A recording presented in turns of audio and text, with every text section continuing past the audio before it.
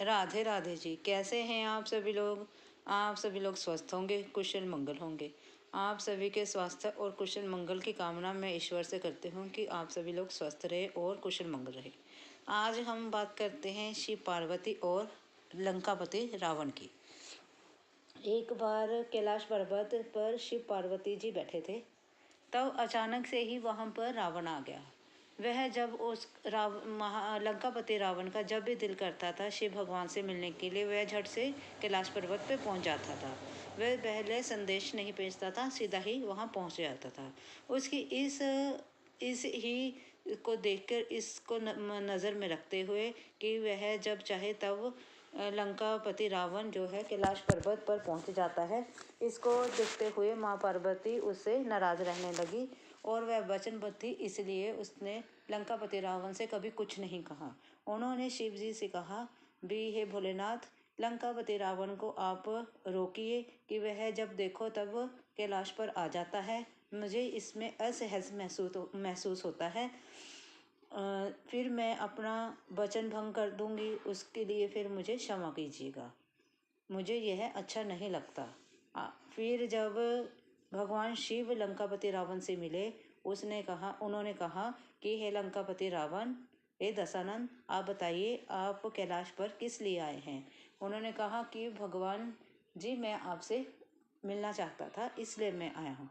तब भगवान शिव ने लंकापति रावण को वचन दिया कि जब भी तुम मुझे याद करोगे, मैं तुम्हारे महल में ही आकर तुम्हें मिल लिया करूँगा, तुम कैलाश पर मत आया करो। इसमें पार्वती जी नाराज हो जाती हैं, वह असहज महसूस करती हैं।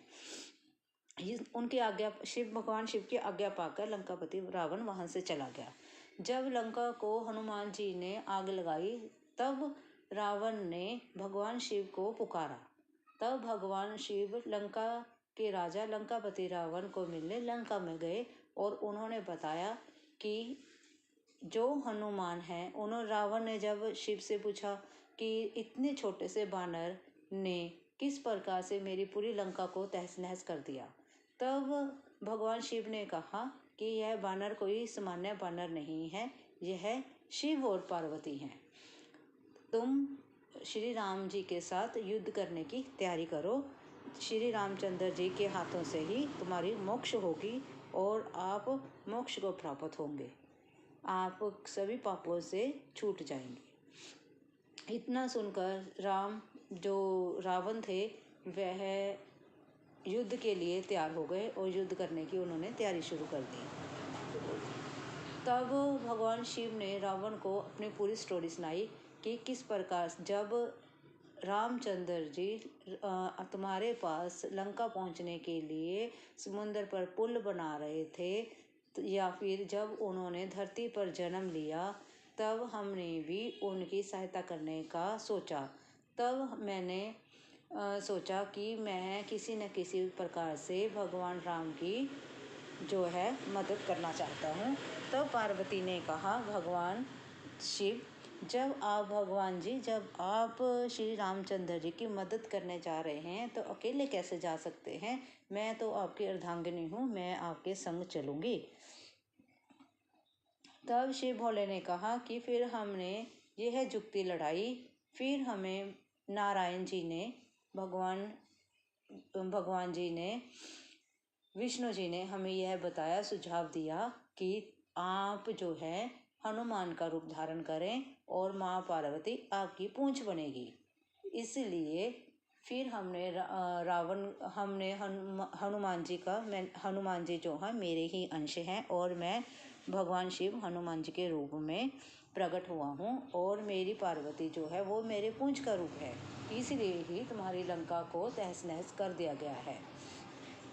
क्योंकि जो पार्वती है वह तुमसे नाराज रहती है, वह आप पाप करते हो, वह इस चीज़ को बर्दाश्त नहीं कर सकती है, इसलिए उन्होंने इस चीज़ को नज़र में रखते हुए उन्होंने तुम्हारी जो लंका है उसको तहस नहस कर दिया। तो इसलिए मैं आज आपको समझा रहा हूँ कि आप श्री रामचंद्र जी के लिए युद्ध को स्वीकार करें और उनके साथ युद्ध करें। पहले सभी अपने भाइयों को, भाई बंधुओं को भेजे युद्ध के लिए, लास्ट में तुम खुद जाना। इसी प्रकार तुम्हारे सभी भाई बंधुओं का मोक्ष होगा और तुम्हारा भी मोक्ष हो जाएगा। इस प्रकार से वह गए थे। रावण जो है, लंकापति रावण युद्ध के लिए गए थे।